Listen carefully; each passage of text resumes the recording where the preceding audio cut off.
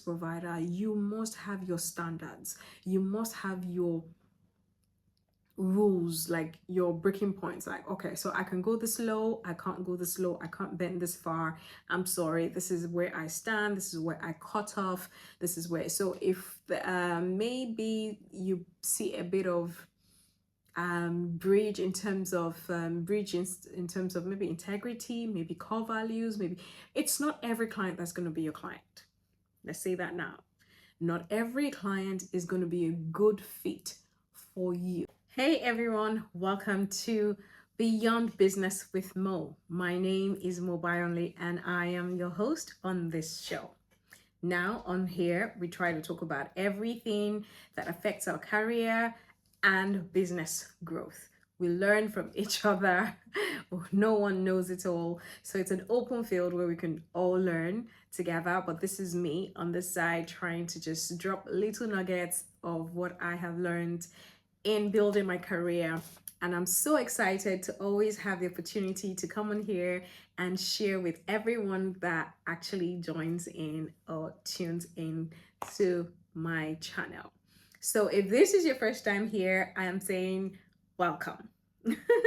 Thank you for tuning in and thank you for being here. Now, if you are a subscriber, thank you for being here and for always, tuning in whenever I drop my videos. Now, if you haven't subscribed, what are you waiting for?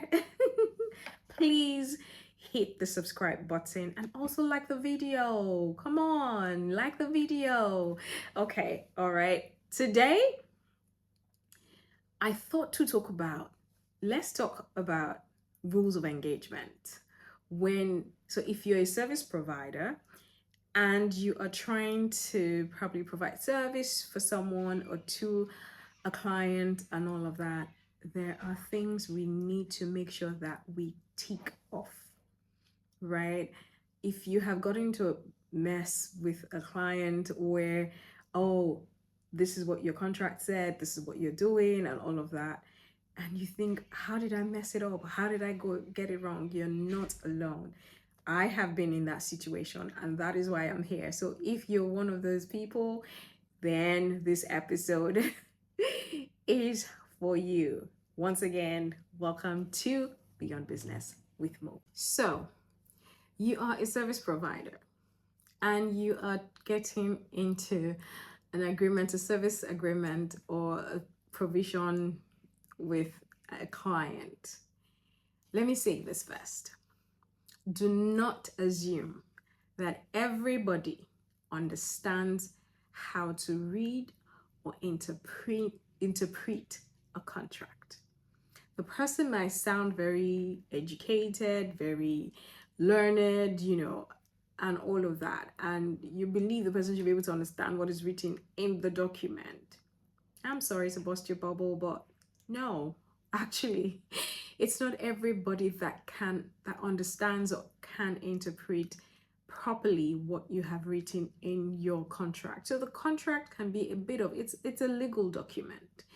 And there sometimes are terms and terminologies that we use, when we're writing this contracts and all of that, that it's not everybody that's going to really understand it the way you think they will understand it or the way it's been communicated. So therefore, please take our time, right, so first on the list, as part of your rules of engagement, when you are trying to provide a service and a contract is involved, first of all, let them read through the contract, understand the contract. Now give room for questions. Give room for questions. Let them be able to ask questions and be sure that they understand every paragraph as much as possible within that contract. This is to avoid, so there's no ambiguity. There's no, oh, I thought this was this. There's no assumption anywhere. It's clear. We understand it. And we're saying this is the rules of engagement for this service I am providing for your organization or to you as my client. By that, we are going by the rules set in here, whereby we both sign to. So after First of all, making them read, ask questions, understand the contract that you both are getting into. Number two, make sure they sign before you engage. Once your contract is signed, it's executed by both parties. It becomes a legal document binding on both parties, which means you as a service provider, you are bound by that contract, and you must hold up your end of the bargain, right? And on the other hand, the client also must hold up the end of the bargain, which means the client is also bound by it. So the client has read and understood everything. There's no excuse on saying, oh, I did not understand this, I did not understand. No, we're going by the contract. And in some cases, when you need to get a lawyer involved at the very beginning to say, I need your advice, I need your support, please do, so that both parties understand the seriousness of what you are about to get into. Number three, please talk about the financial part of your engagement. If you have to set payments timelines, or there's going to be a payment structure, make sure both parties understand and agree to the fact that we are going by this payment structure, and this is what we're going to be working with through the duration of this contract, project, program, whatever it is. Yeah, both parties sign and agree. So make sure, now let's take it back a step. Make sure that your prices, the agreed pricing for this contract or for this project is included in your contract. It's included in your contract. Now your contract has to be should I say robust? Yeah, it has to be all encompassing, right? So in your contract, it is important that you also set your timeline. Now, one thing I learned recently is that some clients use words without thoroughly understanding what the words or what it is they're asking for means, right? Which is why, and sometimes I also got to realize that some people actually hurt themselves in the decision making. Now, if they knew better, they won't need your service, or because they actually don't know better, and that's why you're there to help.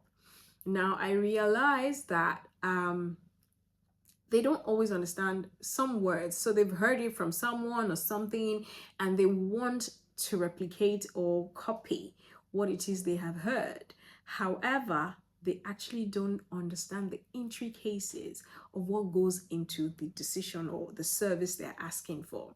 So when you begin to educate them and say, okay, this is what you asked for, and this is how we're going to go by it, this is how it, some of them don't say anything. They're like, oh, okay, all right, no problem. Because maybe sometimes they're trying to also create an impression and say, oh yeah, I can do this, right? But the truth of the matter is they can't, or they probably can't afford it, or they probably don't. They heard, but they didn't quite listen, So I guess it falls on different sides, So you may not be able to control everything. You may not be able to control how the client is responding. You may not be able to control how the client understands what you're saying. You may not be able to control how, everything, is going to be interpreted and given meaning to, which is why it is important to send in your proposal or your contract and let them read. So after the proposal is, oh yes, this is what I want, I'm okay with it, now this is my contract, kindly read my contract, make sure you understand my contract. If you have any questions whatsoever with my contract, please do not hesitate to reach out to me and let's discuss, so that there are no ambiguities, there are no assumptions, and we are both operating on the same frequency, the same level and we understand. So it's not like you're trying to cheat me. Oh no, nobody's cheating anybody. Nobody's cheating anybody. We're only here. It's a business. I love to work with you if we can agree on it. But however, if we're not able to agree, now you as a service provider, you must have your standards. You must have your rules, like your breaking points. Like, okay, so I can go this low, I can't go this low, I can't bend this far. I'm sorry, this is where I stand, this is where I cut off, this is where. So if maybe you see a bit of bridge in terms of in terms of maybe integrity, maybe core values, maybe it's not every client that's going to be your client. Let's say that now. Not every client is going to be a good fit for you. Not every client is going to be your client. And the moment you realize that this client is trouble, or this client does not quite fit my specification of an ideal client, I know it hurts sometimes to lose good money, but you've got to choose what's more important to you and for your business, and make your decisions wisely. That's why you are the expert. That's why you are the one on the other side of the table. Okay, so what were we saying? Establish timelines, establish payment structure, make sure your contract is signed, there is an agreement, there's full understanding, clear communication. Now, if possible, appoint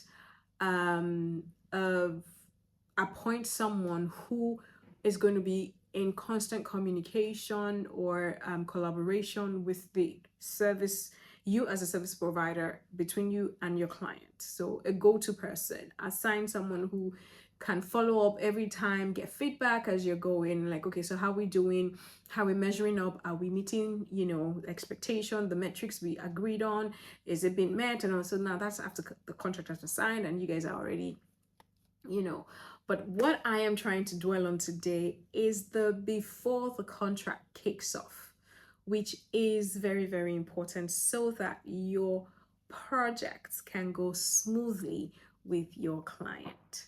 So again, what did we talk about today? We talked about the fact that we need a contract. But then in our contract must be robust. Our contract must have everything in it with clear terms as much as possible. In here, we're talking about this is the scope of service we're going to be providing, and we believe we'll be able to provide this within this time limit. Only if you want to place us on a retainer, then we know that we're going on a retainer, which is what we're going to do per time. It's a continuous process, and we're going to be evaluating, testing based on what we're doing. So we have more time to go. Maybe it's a retainer for how long. You also have to establish how long that retainer is going to run for. And if it is a project based, we're like 3 months, 4 months, 5 months, 6 months, 1 year, whatever the duration is, let it be clear. And number 3, make sure that, okay, so I think I am not following the line, but anyway, you understand what I'm saying. You have a contract, your contract is robust. And in your contract, you have your timelines, you have your scope of service, you have your deliverables. Agree what at the end of the day the metrics is going to be. What are we going to be measuring? The success of our performance as a service provider. How are we going to be measuring it against the success of the business? Decide on all those things and agree on your pricing. Negotiate your pricing, negotiate your terms, your payment structure, and everything that the client needs to meet up with. The client is obligated to meet up with. Now, make sure that you give them time to read and understand the contract very well. If there needs to be an engagement with a legal person, a legal representative, please do not hesitate. Make sure they understand. Do not assume that they understand. Lessons learned. Do not assume that they understand. So make sure that you interpret, you break it down. This is what we're going to do. These are my working hours. These are my non-working hours. This is how far I can bend. This is what I can do. This is what we'll bring to the table. This is how many people will have working on your project, and all of that and all of that. And this is how much you're going to be paying. Now, just a negotiation tip. Sometimes you do have set prices, but sometimes some projects are more demanding, some are less demanding. I would say engage the client, understand, see what the work is before you give your price. So because you charged client A $2 does not mean that that $2 is just going to go across board, because you're about to dip your neck into something that is going to cost you like $20 per hour, and you have already given $2 because you gave person A. No, understand the project, understand what that is going to count your cost before you give a quotation. Don't be in a hurry. I know you want to make that money, but don't be in a hurry, right? Okay, and so yes, I think we captured it all. That is for today. Thank you again for joining me on this episode. I do hope to see you again very soon. Until then, ciao. Take care.